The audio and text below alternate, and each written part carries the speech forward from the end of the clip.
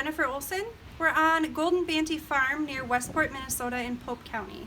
We run a mixed herd of cattle here on the farm. We've got mostly commercial cattle, a mix of Charolais and Angus, primarily genetics, and then we do have some registered British white cattle as well. We're just starting to build up that portion of our herd.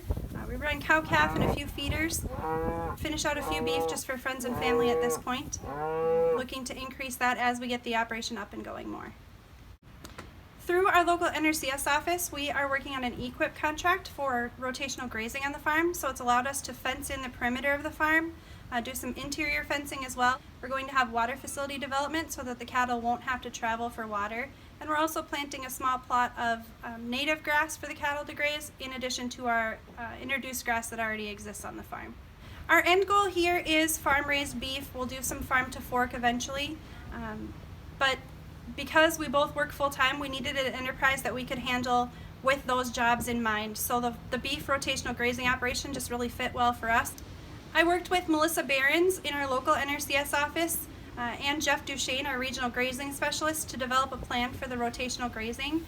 They came up with the plan and laid it all out for us and helped with that technical assistance. And they also just provide periodic insight into how things are going and which plans we may need to modify or change. Without NRCS assistance, we probably would have still completed this project. We still would have went towards this goal, but it would have taken us a lot longer to accomplish.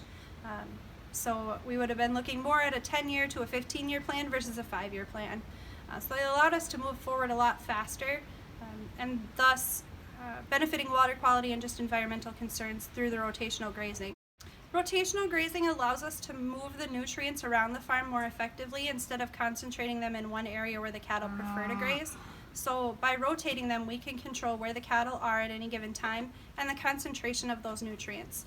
We can keep our more delicate soils or the areas that maybe get a little wetter a little more protected from that cattle traffic and just utilize some other areas of the farm more thoroughly. So most of the farm right now is in brome grass or a mixture of introduced grass species. We do have some fields that were alfalfa fields formerly, and so as we graze those, we'll expect to see some of the natives come back through. We'll get rid of some of that kind of overgrowth layer, and the cattle will introduce some more nutrients in there, which will reinvigorate those fields, and we're kind of excited to see what happens after that.